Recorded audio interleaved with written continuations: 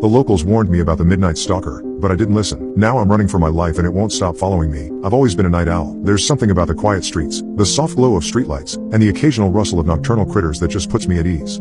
Or at least, it used to. Now, the darkness holds a terror I never could have imagined, and the once comforting sounds of the night have become harbingers of a nightmare I can't escape. It all started about a month ago. I had just moved to a small town called Millbrook, nestled in the foothills of the Appalachian Mountains. The move was supposed to be a fresh start after a messy breakup and the loss of my job in the city. I thought the change of scenery and slower pace of life would do me good. How wrong I was. My new place was a cozy little rental on the outskirts of town, backing up to a dense forest. The first few weeks were uneventful. I spent my days exploring the town, looking for job opportunities, and my nights binge watching shows or reading. It wasn't until the third week that things began to change. I remember the night clearly. It was a Tuesday, and I had stayed up late working on a job application. The digital clock on my nightstand had just ticked over to 1:07 a.m. when I heard it, a long, low howl that seemed to reverberate through the very walls of my house. I paused, fingers hovering over my keyboard, and listened. Wolves weren't uncommon in the area, but something about this howl sent a chill down my spine. It sounded different, closer, shaking off the unease. I chalked it up to my imagination in the late hour. I finished up my application and went to bed, pushing the incident to the back of my mind. The next night, I was up late again, this time lost in a good book. At precisely 1:03 a.m., I heard it again, the same bone-chilling howl, but this time, it was followed by a series of heavy footfalls outside my window. My heart raced as I slowly set down my book and crept to the window. The curtains were drawn, and for a moment, I debated whether I really wanted to look outside. Curiosity won out, and I carefully peeled back the edge of the curtain. At first, I saw nothing but the dark silhouettes of trees against the moonlit sky. Then, a movement caught my eye. Something large was moving at the edge of the forest, just beyond the reach of my porch light. I squinted, trying to make out details, when suddenly, two glowing eyes turned and locked onto mine. They were a sickly yellow-green, far too high off the ground to belong to any normal wolf or dog. I let out a strangled gasp and stumbled back from the window, letting the curtain fall back into place. For what felt like hours, I sat on my bed, ears straining for any sound. Eventually, I heard the crunch of leaves and snap of twigs as whatever it was moved back into the forest. Sleep eluded me that night, and I spent the remaining hours until dawn convincing myself that I had imagined the whole thing. The following day, I tried to go about my routine as normal, but I couldn't shake the feeling of being watched. As I walked to the local diner for lunch, I noticed how the townsfolk seemed on edge. Conversations would hush as I passed, only to resume in urgent whispers once they thought I was out of earshot. I wanted to ask what they were talking about, but something held me back. Maybe it was the way they all seemed to avoid eye contact with me, the newcomer, or maybe it was the growing dread in the pit of my stomach that told me I already knew more than I wanted to. That night, I made sure all my doors and windows were locked. I even pushed my heavy oak dresser in front of the bedroom door, though a small voice in the back of my mind told me it wouldn't make a difference if what? I didn't even know what I was afraid of. Still, I settled into bed early, hoping that whatever had been prowling around would pass by my house if the lights were out and all was quiet. No such luck. At 1 a.m. on the dot, I was startled awake by a low growl right outside my bedroom window. My entire body went rigid with fear as I listened to the heavy breathing and occasional snuffling sounds of something large moving around the perimeter of my house. It was checking the windows, I realized with growing horror, testing for a way in. I lay there, barely daring to breathe, as the creature made its way around the house. When it reached my bedroom window again, it paused. The growl this time was deeper, angrier. It knew I was in here. It knew I was awake. Suddenly, there was a loud thud against the window, like something heavy had slammed into it. I bit back a scream as I heard the glass crack. Another thud, and the crack spread. Whatever was out there, it was trying to break in. In a panic, I scrambled out of bed and pressed myself against the far wall, eyes fixed on the window. The thuds continued, each one sending spider web cracks across the glass. Just as I thought the window would shatter, everything went quiet. For a long moment, the only sound was my ragged breathing and the pounding of my heart. Then, a new sound reached my ears, the slow, deliberate scrape of claws against glass. It was tracing patterns on my window, almost playfully. The message was clear. It could get in if it wanted to. It was toying with me. I don't know how long I stood there, paralyzed with fear. It felt like hours, but it could have been minutes.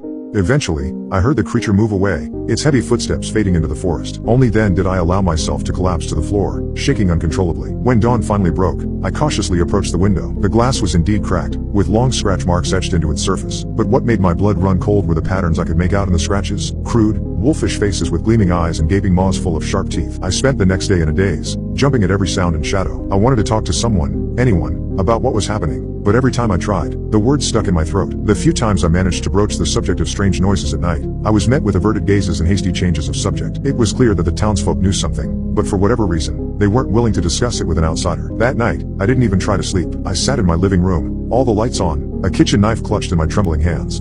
As 1 a.m. approached, I felt my entire body tense.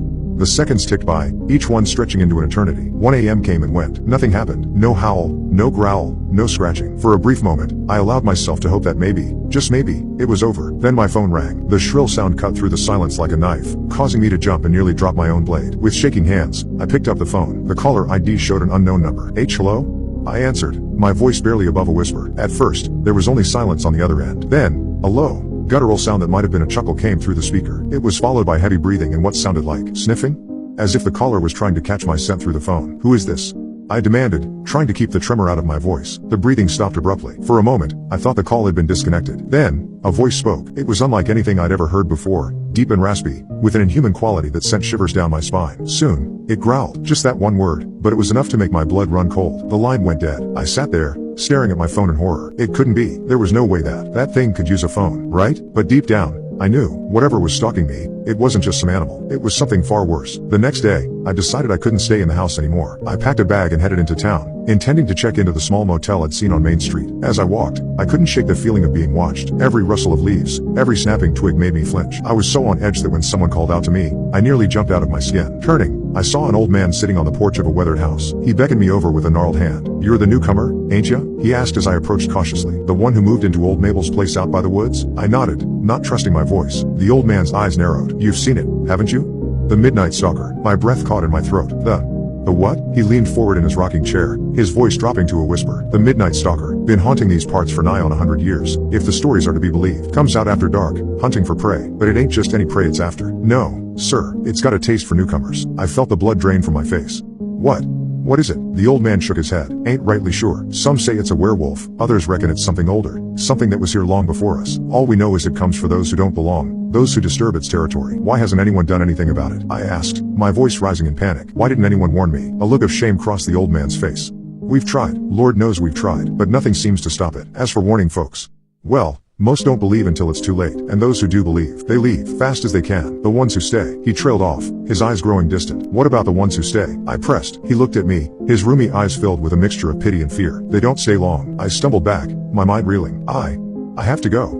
I have to get out of here." The old man nodded solemnly. "That'd be wise, but be careful. Once it's got your scent, well, it ain't known for giving up easy." I practically ran to my car, my earlier plan of staying at the motel forgotten. I had to get as far away from this town as possible. As I fumbled with my keys, a thought struck me.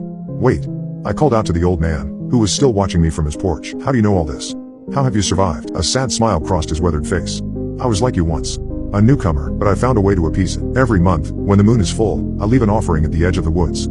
A sacrifice, you might say." I felt sick to my stomach. What kind of sacrifice? He didn't answer, just turned and hobbled back into his house, closing the door firmly behind him. I drove for hours, putting as much distance between myself and Millbrook as I could. As night fell, I checked into a motel several towns over, convinced I was finally safe. I even managed to get a few hours of fitful sleep, but at precisely 1 a.m., I was jolted awake by a familiar howl. It was distant, but unmistakable. Somehow, it had followed me. That was 3 days ago. I've been on the run ever since, never staying in one place for more than a night. But no matter how far I go, no matter how carefully I cover my tracks, I hear that howl every night at 1 a.m. Sometimes it's far off, sometimes it's terrifyingly close. I'm writing this now from another anonymous motel room, my third in as many nights. I don't know how much longer I can keep running. My money is running low, and my nerves are frayed to the breaking point. Every shadow makes me jump. Every unexpected sound sends my heart racing. I've thought about going to the police, but what would I tell them? That I'm being hunted by some kind of supernatural wolf creature? They'd think I was insane. Hell, sometimes I think I'm insane. But then night falls, and I hear that howl, and I know it's all too real. I don't know what to do. I can't keep running forever, but I can't go back. The old man's words keep echoing in my head. Once it's got your scent, it ain't known for giving up easy. As I sit here, watching the minutes tick closer to 1 a.m., I can't help but wonder, is this how it ends? Will I spend the rest of my life, however long that might be, running from something I can't escape? Or will I eventually have to face it, to confront the terror that stalks me in the night? I don't know the answers. All I know is that in a few minutes, the howl will come again. And when it does, I'll do what I've been doing every night. I'll run, because the alternative is too horrifying to contemplate. If you're reading this, please, be careful where you choose to make your home. Some places have dark secrets, ancient terrors that don't take kindly to outsiders. And once you've caught their attention, there's no going back. The clock just struck 1 a.m. I can hear something scratching at my door. God help me.